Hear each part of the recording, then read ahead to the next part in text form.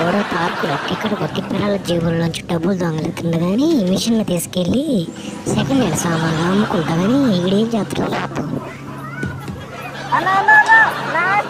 నా ఉద్యోగం డబ్బులు పోతాయన్నా, నీ దండం పెడతాబమ్మా.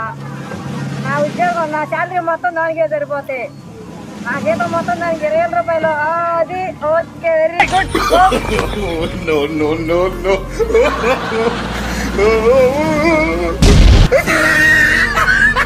ఉయ్యాలు ఊతుడు కానీ అరే నువ్వు ఊతుంటే నాకు కుళ్ళు పడుతుంది కానీ ఊతున్నా ఉండరా, నేను చెడ పడతా, నేను ఊపుతా ఉండరా.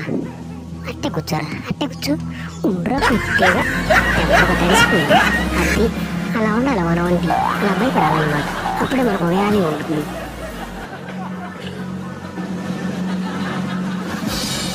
వెరైటీ వాళ్ళు కొనుక్కొని అవడానికి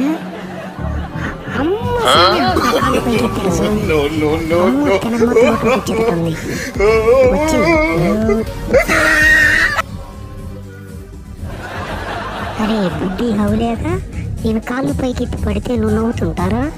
నేను ఇప్పుడు చూడు గిర్ర గిర్ర గిర్ర కళ్ళు పెరిగిందాక తిప్పి తిప్పి గిర్ర గిర్ర గిర్ర పార్కులోంచి ఇచ్చిన బయట చూడు.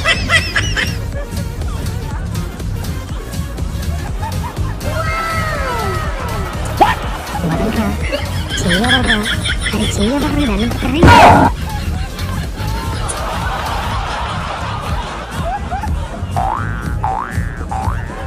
ఇదేంటి వెరైటీ ఉంది, మనవాడైతే తూగుదావా తిరుగుదా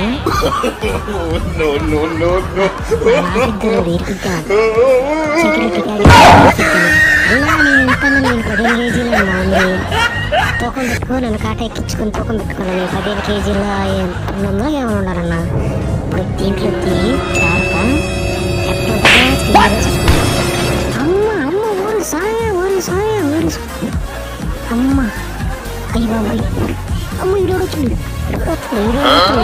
అమ్మ నడ్డీలు కొట్టంటారా స్వామి, ఇటు నడ్డీలు ఇంకా నడ్డీలు వేరు బడిరానయ్యో నా నడ్డీలు కొట్టేవాడు హాస్పిటల్కి వెళ్ళి చూడొచ్చు.